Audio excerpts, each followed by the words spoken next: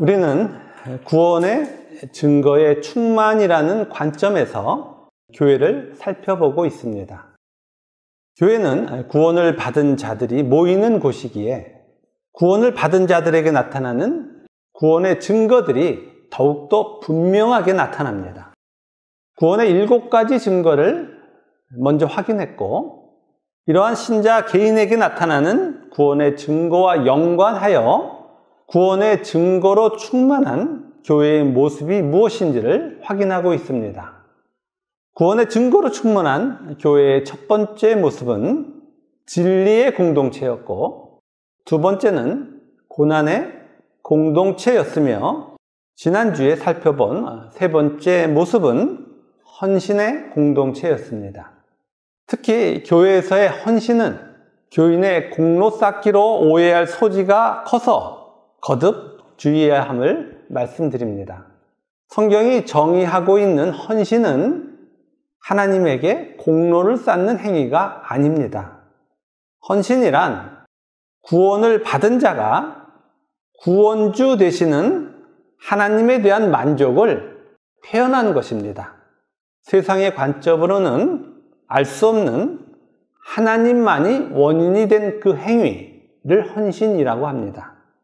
헌신이란 세상의 관점으로는 전혀 알 수 없기에 교회에서 잘못된 방식으로 헌신이 사용되는 경우들이 많이 있습니다.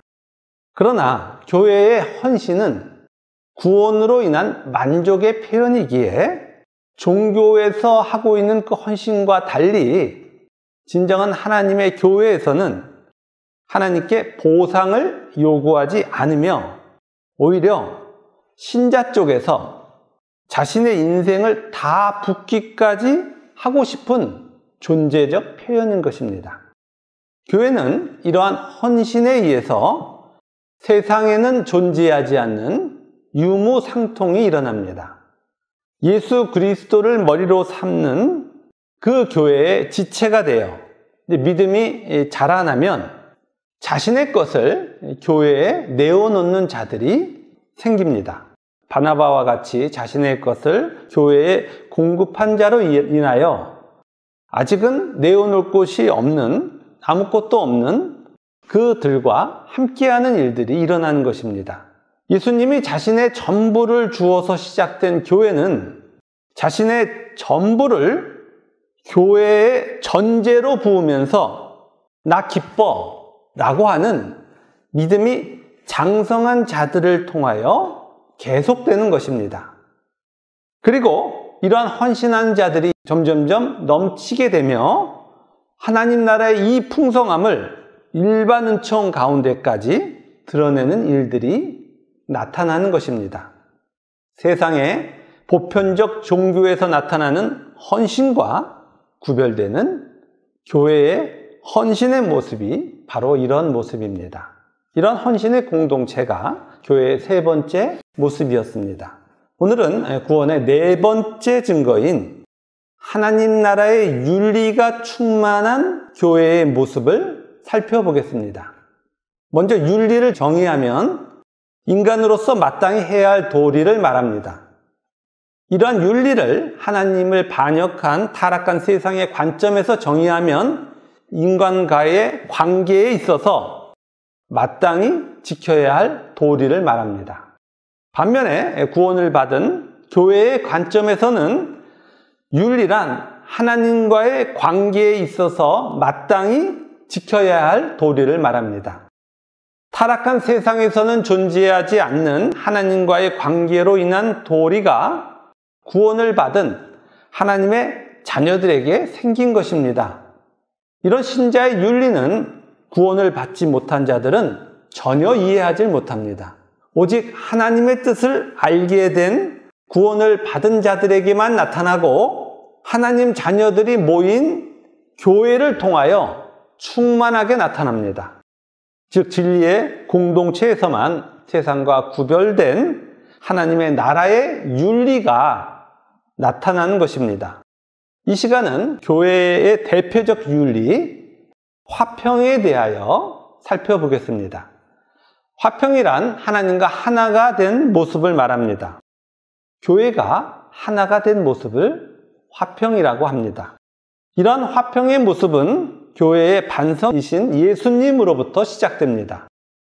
하나님은 오직 은혜로 구원을 받아야 할 아무런 근거가 없을 뿐 아니라 오히려 하나님의 진노의 대상이 너무나도 분명한 자들을 살리시려고 이들의 죄를 대신하여 예수님을 십자가에 죽게 하셨습니다. 이러한 하나님의 은혜가 교회의 시작이고 하나님의 은혜로 구원을 받은 하나님 자녀가 예수님과 하나가 되어 하나님의 은혜를 믿음이 연약한 자들에게 내어놓는 모습이 나타납니다. 하나님이 예수 그리스도 안으로 전적으로 부패했던 우리들을 품으시고 우리들의 완악함의 상태를 바꿔주고 계시고 그리고 변화되고 있는 우리들이 예수님과 동일한 삶을 살기 시작한 것입니다. 즉 하나님의 완전한 사랑과 능력으로 인하여 예수님과 하나가 된 우리들이 탄생하였고 예수님과 하나가 되는 모습으로 변해가고 있습니다. 이런 우리들의 모습은 예수님과 같이 교회에 속한 것이라고는 하나도 존재하지 않는 아직은 믿음의 초보에 속한 자들을 예수님과 같이 대하는 모습으로 나타납니다. 이렇게 하나님의 은혜만이 존재의 근거가 되었고 하나님의 완전하신 능력에 의해서 모두가 예수님과 동일한 모습으로 변화하고 있기에 교회는 하나의 공동체로 변하게 되는 것입니다. 오늘의 본문인 로마서 14장 17절을 우리 다시 한번 함께 읽겠습니다. 하나님의 나라는 먹는 것과 마시는 것이 아니요 오직 성령 안에 있는 의와 평강과 희락이라. 아멘. 하나님의 은혜로 시작된 교회는 하나님 나라의 초월적 모습인 의와 화평과 희락의 모습으로 나타납니다. 의와 화평과 희락의 모습을 설명하기 위하여 성경은 그 대척점에 있는 타락한 세상을 대표하는 가치, 먹는 것과 마시는 것을 비교하고 있습니다. 여기서 먹는 것, 마시는 것이라고 하는 것은 우리가 생각하는 밥 먹고 음료수 마시고 물 마시고 하는 것을 의미하는 것이 아닙니다. 먹는 것, 마시는 것이란 하나님을 자신의 삶에서 끊어낸 타락한 자가 하나님이 계셔야 할 그 자리에 자신의 욕망을 대신해서 채우는 행위를 말합니다. 하나님과 연합 안에 있어야 할 그 인간이 하나님을 반역하면 하나님 없는 상태가 됩니다. 그것을 죄라고 그럽니다. 이러한 죄의 모습은 사망의 모습으로 나타나며 이 사망의 모습을 성경은 먹는 것, 마시는 것이라고 설명합니다. 사망이란 생명이 없는 상태를 말합니다. 하나님이 원인이 되어야만 나타나는 인간의 생명의 모습이 죄인인 자에겐 나타나지 않는 것입니다. 이렇게 생명이 없는 사망의 모습은 먹는 것, 마시는 것으로 나타납니다. 여기서 먹고 마신다라는 것은 자신이 신이 되기 위한 헛된 욕망을 위하여 타자를 소유하고 먹는다는 거죠. 마시는 것, 아예 없애버린다는 거죠. 그런 모습을 말하는 것입니다. 하나님의 자녀들은 양식인 예수님을 먹죠. 그리고 전제로 자신의 존재를 교회에 붓죠. 이와 대조된 인생들, 사망에 속한 자들은 욕망을 먹고 욕망을 채우기 위하여 타자를 없애는 삶을 사는 겁니다. 그것을 먹는 것, 마시는 것이라고 성경이 비유하는 것입니다. 이렇게 하나님을 반역한 자들은 존재의 전부를 타자를 먹고 마시는 것만 합니다. 이러한 것을 사망의 행위라고 그럽니다. 하나님을 끊어내고 소유하는 모든 것들은 하나님의 심판 앞에 더러운 찌꺼기가 되는 것임에도 불구하고 이러한 찌꺼기를 소유하여 자신의 헛된 욕망을 이루려고 하는 것입니다. 자, 사망에 속한 자들의 보편적 가치를 통하여 예를 들어보겠습니다. 지금 자연인들이 가장 많이 추구하는 것이 무엇입니까? 건강이죠. 인간에게 있어서 건강은 매우 중요한 목록이기에 인간은 모두 건강을 추구합니다. 이 세상이 전부 건강을 추구해야 한다는 것에 대해서는 아무도 이견이 없습니다. 그런데 왜 인간들은 건강을 추구합니까? 건강하게 오래 살면서 자신이 하고 싶은 것을 마음껏 하고 싶기 때문입니다. 죽기 전에도 뭘 만들어요? 리스트를 만들죠. 그 리스트에 다 뭐가 들어갑니까? 여태까지 살면서 못한 거, 그거 꼭 하고 죽고 싶다는 거 아니에요? 그리고 그거 하는 그 장면을 다들 간절하게 바라봅니다. 왜? 자신이 원하는 삶이 그거 하고 싶으니까. 그 세상은 그러한 주제에 대하여 아무런 반론을 제기하지 않습니다. 그래서 건강하게 살고 싶은 거예요.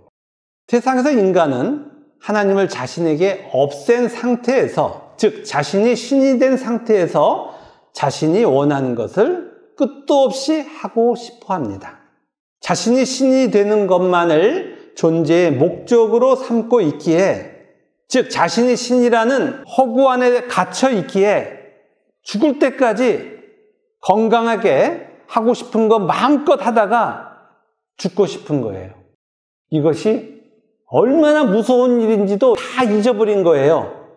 망각을 넘어서 그거 아니면 못 살겠다고 하는 거예요.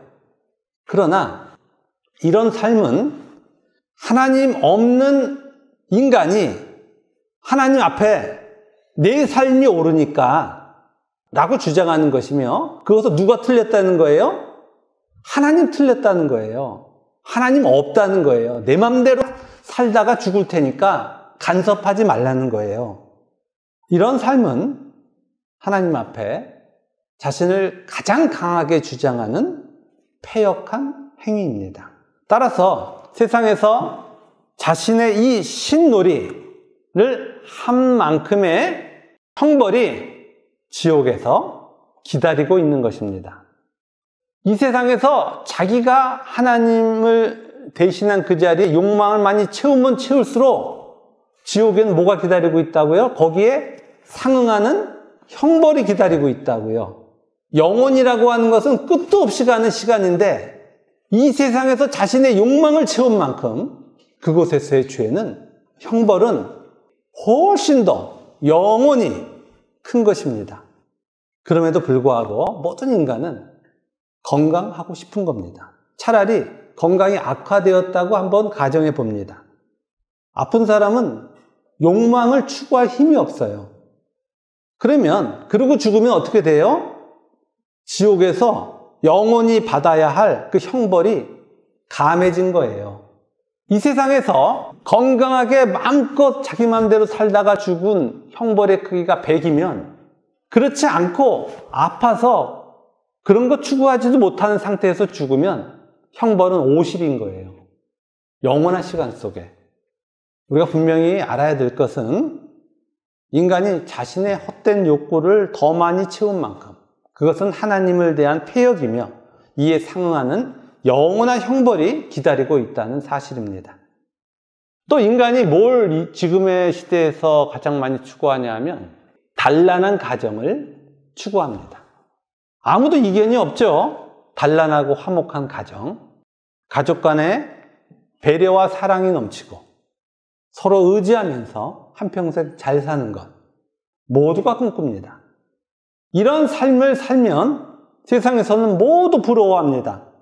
모두 너희들이 신이야, 너희들이 사는 게 맞아 라고 인정해 줍니다. 그러나 하나님을 반역한 인간이 가족이라는 영역 안에서 더 이상 행복할 수 없는 만족을 누린다면, 그것은 하나님 없는 인간이 옳다는 아주 강력한 주장인 것입니다. 만약에 어떤 부모가 자녀에게 자신의 전부를 주기까지 하면서 세상에서 완전하도록 행복하도록 해주었다면 그 자녀는 생각할 시간도 없이 지옥 갑니다. 그럼 그 자녀는 지옥에 가서 누굴 찾아요? 그 부모를 찾는 겁니다. 지옥에서 누굴 가장 왜 찾아요? 가만둘 수 없어서. 그 자녀가 지옥에 가서 가장 저주하는 대상은 바로 자신의 부모가 되는 거예요. 이렇게 자신의 전부를 주어서 자녀를 세상에 갇히게 했다면 지옥에 가서 안 만나야 돼요, 절대. 자기 자녀는.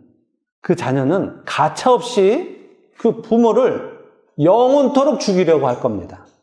왜 나를 이 지옥에 태어나서부터 가둬놨느냐고 그 자녀는 부모를 향하여 칼을 뽑아들 겁니다. 자녀에게 자신의 전부를 준 이 부모는 세상에서 어떤 타이틀을 받아요? 훌륭한 부모라는 타이틀을 받아요. 신이 된 거예요. 그거 받으려고 그 자녀를 자신의 욕망의 먹이로 삼은 거예요. 이렇게 하나님 없는 인생에 끔찍함들이 있음에도 인간은 하나님 없는 이 욕망을 채우느라고 자신의 전 인생을 쏟아붓는 겁니다. 가족애를 통하여 행복을 추구한 자들도 자신들이 행복하다고 한 만큼의 상응하는 형벌이, 영원한 형벌이 지옥에서 기다리고 있다는 것을 이들이 알아야 될 텐데 안타까운 일입니다. 세상에서 하나님이 없이도 훌륭하다고 하는 그 모든 성공들, 그 성공들은 인간이 모두 다 추구하는 것들이고 그 모든 것들은 이 세상에서 하나님을 가장 조롱한 끔찍한 행위이며 반드시 그에 따르는 영원한 형벌이 기다리고 있습니다. 하나님께서 일반 은총을 주시는 건 하나님께 돌아오라고 하는 것이지 그 일반 은총 안에서 하나님을 조롱하라고 한 게 아닌 거예요. 그럼에도 불구하고 이 세상에서는 인간들이 세상에 성공한 것으로 기뻐하며 하나님 없는 자신들의 삶이 옳다는 주장을 마구마구 내뱉고 있습니다. 지옥에 간다는 관점에서는 오히려 성공보다는 실패한 인생이 나은 것입니다. 전도서에 결혼식에 가서 그 행복, 그 만족을 누리는 거 그거보다는 장례식 가는 게 나아 라고 하는 그 수많은 비유를 통하여 이 세상에서 죽어서 가는 그 영원한 세상에 대하여 자신이 인지할 수 있는 상황이 좋은 것이지 그 영원한 세상이라고 하는 것을 까맣게 잊어버릴 만큼 이 세상에서 그 자신의 욕망을 채우는 것은 저주야 라고 기록하고 있는 거예요. 건강, 가족의 성공 이런 것이 잘못됐다는 것이 아니라 하나님이 주신 일반 은총까지도 자신의 욕망으로 채우는 인간의 이 비참함이 잘못된 거예요. 하나님의 자녀가 되어 하나님의 자녀로서의 그 만족을 표현하는 그 삶을 누리기 위해 하나님이 주신 그 건강, 그 가족 간의 사랑, 성공 이것이 의미 있는 것이지 하나님 없는 인생들이 그리로 가버리면 하나님 앞에 돌아올 길이 없는 거예요. 이러한 것을 성경은 먹고 마시는 것이라고 설명하고 있습니다. 반면에 구원을 받은 하나님의 자녀들이 모인 곳에는 먹고 마시는 것이 아닌 예수님을 머리로 한 하나라는 초월적 모습이 나타납니다. 그 모습을 오늘의 본문은 의와 화평과 희락이라고 기록하고 있습니다. 여기서 하나님 나라의 의란 하나님과의 바른 관계를 말합니다. 예수 그리스도를 머리로 한 지체가 되면 하나님과 바른 관계가 된 것이죠. 자, A라는 지체도 B라는 지체도 예수 그리스도를 머리로 하는 의의 모습으로 이렇게 교회는 존재하는 것입니다. 교회의 지체들은 의의 존재로 하나이기에 화평의 모습을 나타내는 것입니다. 화평의 헬라어는 에이레네입니다. 에이레네란 등을 돌렸던 상태에서 돌이켜 서로 부둥켜 앉는 상태를 말합니다. 하나님과 등을 돌리고 있는 자들에게는 뭐가 없는 거예요? 화평이 없는 거예요. 오직 하나님과 다시 관계가 회복되어 바른 의의를 가지고 하나님과 마주보며 앉게 되었을 때 그것을 하나, 화평이라고 말하는 것입니다. 세상에는 자신의 이기가 본질인 자들이 자신의 필요에 의해서 상대방과 평화를 유지하는 것은 가능합니다. 그러나 그것을 평화라고 그러지만 성경에서 말씀하고 있는 그 평화 아닌 거예요. 성경에서의 평화, 화평은 하나라고 하는 의미를 갖고 있는 거예요. 누구와 하나요? 우리의 머리이신 예수님과 하나.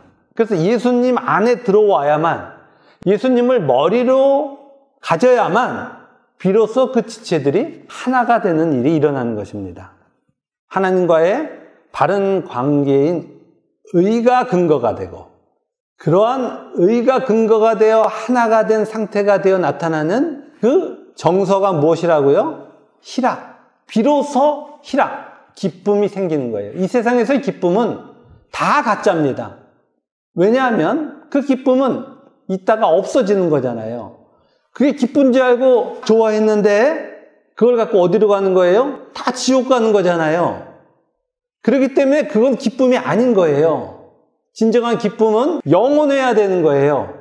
영원한 것은 하나님 나라 안에만 있는 거예요.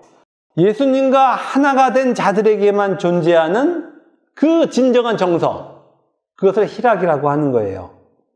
이렇게 화평이라는 하나님 나라의 모습을 성경은 원인의 측면에서는 의라고 하고 만족의 결과의 측면에서 희락이라고 표현하고 있습니다. 이런 내용을 인지하고 하나님 나라를 정의하면 하나님 나라는 하나라는 단어로 정의할 수 있습니다.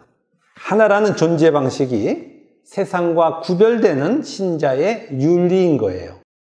이러한 예수 그리스도 안에서 하나된 모습의 예를 오늘 본문은 주의를 지키는 문제로 설명하고 있습니다. 예수님이 승천하신 이후에 교회가 직면한 가장 큰 문제의 하나는 언제 함께 모여서 예배를 드리냐는 것이었습니다. 그 이유는 유대교로부터 시작된, 구약으로부터 이제 시작된 그리스도교이기 때문에 수천 년간 이어온 안식일을 버린다는 것은 상상을 할 수가 없는 거예요. 그래서 유대교의 전통 속에 있었던 신자들은 무조건 언제 함께 모여야 된다고 얘기해요?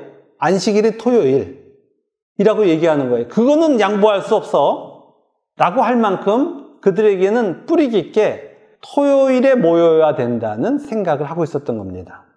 반면에 예수님은 일요일에 부활하셨어요. 예수님이 부활한 날에 함께 모이고 싶은 거예요. 어떤 분들은 처음 예수님을 만나고 그 기쁨이 너무 커서 그러지 말고 우리 매일 만나자. 매일 모여서 우리 예수 그리스도를 기념하자 라고 하는 그런 주장까지 있었습니다. 그러면 이러한 세 가지 주장에서 교회는 언제 모여야 하는 것입니까? 로마 14장 5절, 6절 앞부분까지 보면 이렇게 기록하고 있습니다. 어떤 사람은 이 날을 전날보다 낮게 여기고 어떤 사람은 모든 날을 같게 여기나니 각각 자기 마음으로 확정할지니라. 나를 중히 여기는 자도 주를 위하여 중히 여기고 라고 기록하고 있습니다. 교회 지체들이 다 각자 주의를 정하는 기준을 갖고 있는 거예요. 그게 틀렸다는 게 아니에요. 그럼에도 동시에 교회는 이 모두를 통합하는 기준을 갖고 있는 거예요. 교회가 나를 정하는 기준은 바로 주를 위하는 것입니다.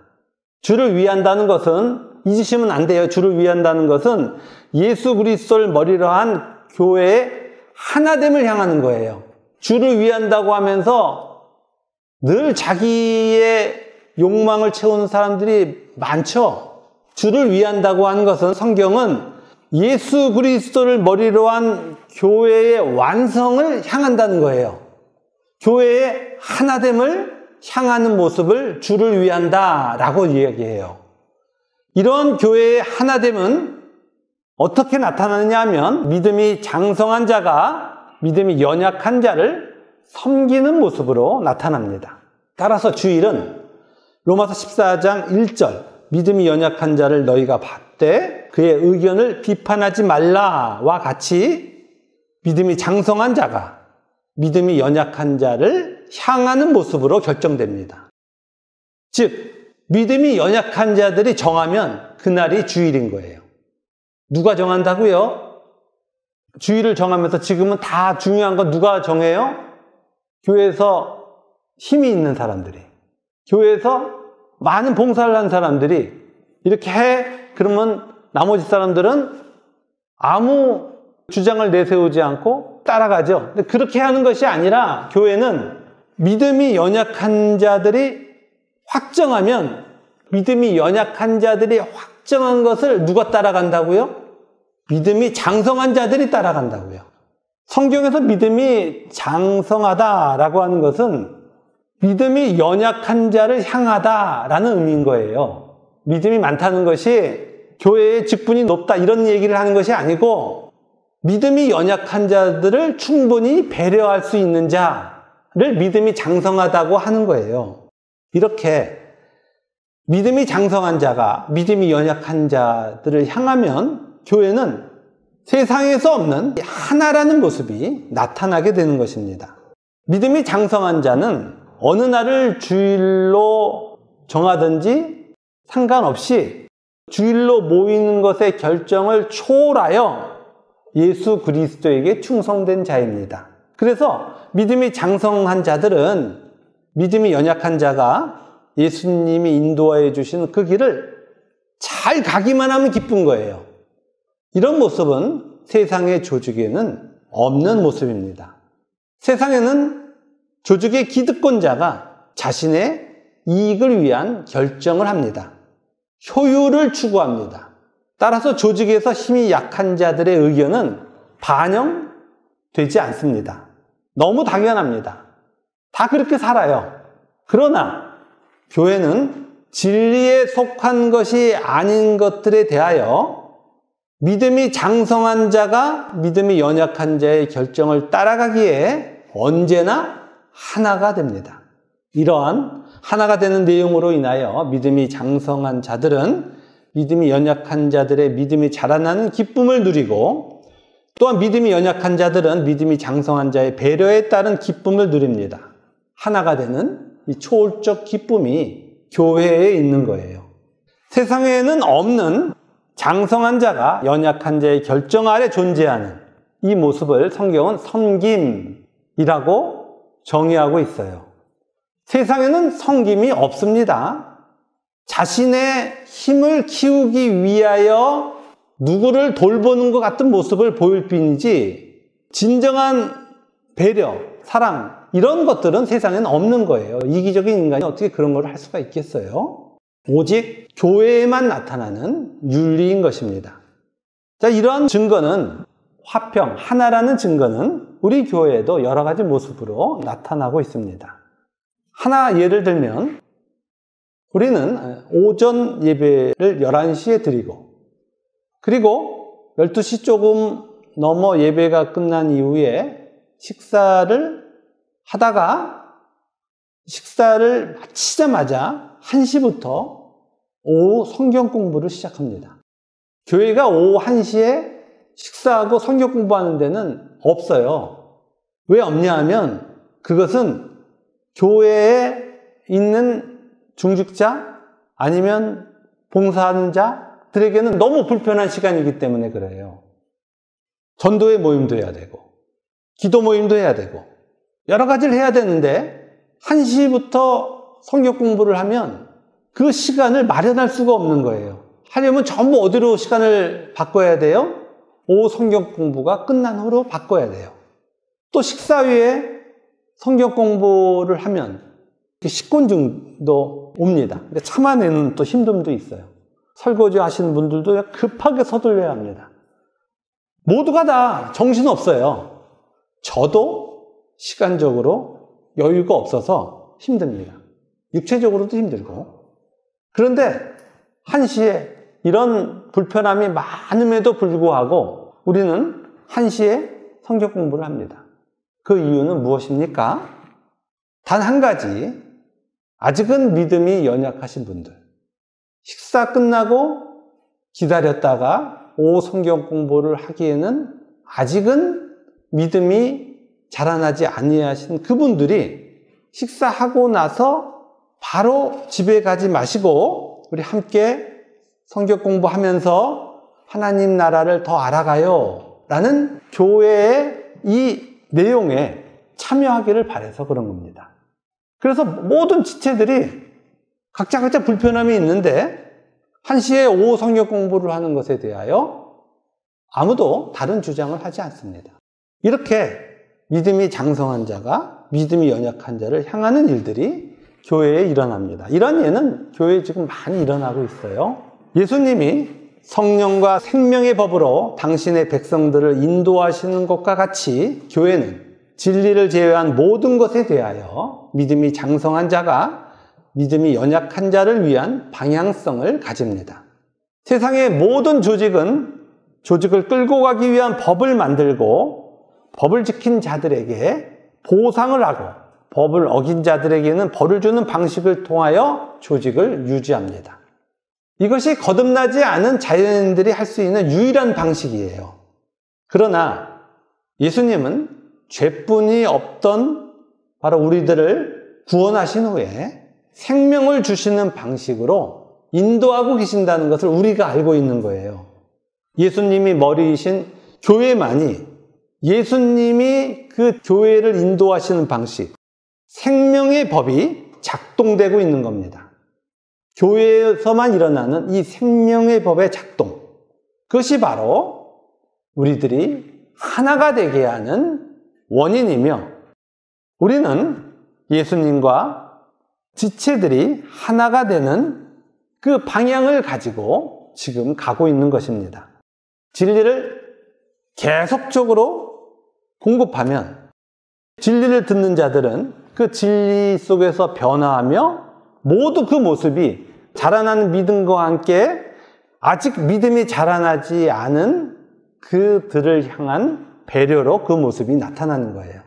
세상에 없는 초월적 모습이 바로 이 모습인 거예요. 그래서 성경은 이런 모습을 하나님 나라라고 이야기하며 그 하나님 나라가 이 교회에서 현실에서 나타나고 있는 거예요. 하나님 나라를 뭐라고 성경에서 설명하느냐 하면 먼저 된 자가 나중되고 나중된 자가 먼저 된다고 해요. 세상의 인과 율과는 반대로 작동한다는 거예요.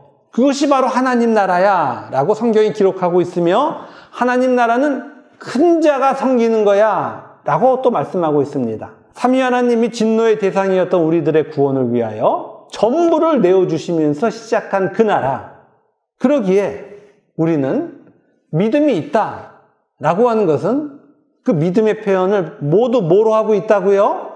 믿음이 연약한 자들을 배려하는 것을 하고 있다고요. 교회에서 믿음이 있다라고 하는 것은 교회에서 오래 있었으니까 목소리 크다 이런 얘기 아닙니다. 믿음은 오직 사랑으로만 나타나는 거예요. 사랑으로 나타나지 않는 믿음은 없어요. 다른 것으로 그 믿음을 왜곡시키는 일들이 많이 일어나고 있는 현실이지만 성경은 믿음의 역사는 사랑이야 라고 명확하게 정의하고 있습니다. 이렇게 참 생명이 있고 행복한 나라가 우리가 부름을 받은 교회인 것입니다. 믿음이 연약하신 분들이 하나님 나라를 향하도록 교회가 무엇인가를 하고 있다는 것, 그것이 바로 이 세상을 넘은 초월적 행위인 것입니다. 바로 이 모습이 우리에게 나타나고 있으며 우리는 시간이 더 지나면 예수님과 같은 모습으로 섬길 것이고 삼위 하나님과 천국에 함께 갈 형제들과 더 큰 사랑을 누리게 될 것입니다. 우리에게 시작된 화평의 윤리를 마음껏 누리는 그런 곳으로 하나님이 우리를 인도하고 계신다는 것 잊지 마시고 이 세상 속에서 살아가는 단 하나의 이유는 바로 사랑의 존재가 되는 것입니다. 사랑의 존재가 되지 않고 죽는다는 것은 지옥에 간다는 것이에요. 지옥에 절대 가시면 안 돼요. 사람들이 너무 무지해서 마음이 아픈 것은 지옥을 로맨스를 가지고 생각한다는 거예요. 지옥이 그냥 불에 들어가 있고 지옥이 가서 잘못하면 배고프고 이런 하찮은 곳인 줄 알아요. 그 정도만 돼도 지옥 가라고 하겠습니다. 지옥은 그런 곳이 아니에요. 단 한순간만 거기에 있어도 고통의 크기가 무한대인 그 고통은 성경에서 많이 기록하고 있는데 그것은 제가 종말론에 가면 다시 설명해 드릴 거예요. 모두 바로 이 하나님 나라로 가야 된다는 것. 그래서 이 완전한 하나님의 나라를 하나님께서 저희들에게 지금 설명하고 계시며 그곳에 있는 것으로 우리의 오늘의 삶을 해석하라고 명하고 계십니다. 끝이 정말 가까이 오고 있다는 것을 우리 모두가 다 인식하고 있을 겁니다. 그날이 우리에게 도래하였다는 것. 다시 한번 인지하시면서 하나님의 놀라운 통치를, 하나로 만드시는 놀라운 통치를 찬송하는 우리 모두가 되기를 주님의 이름으로 축원합니다.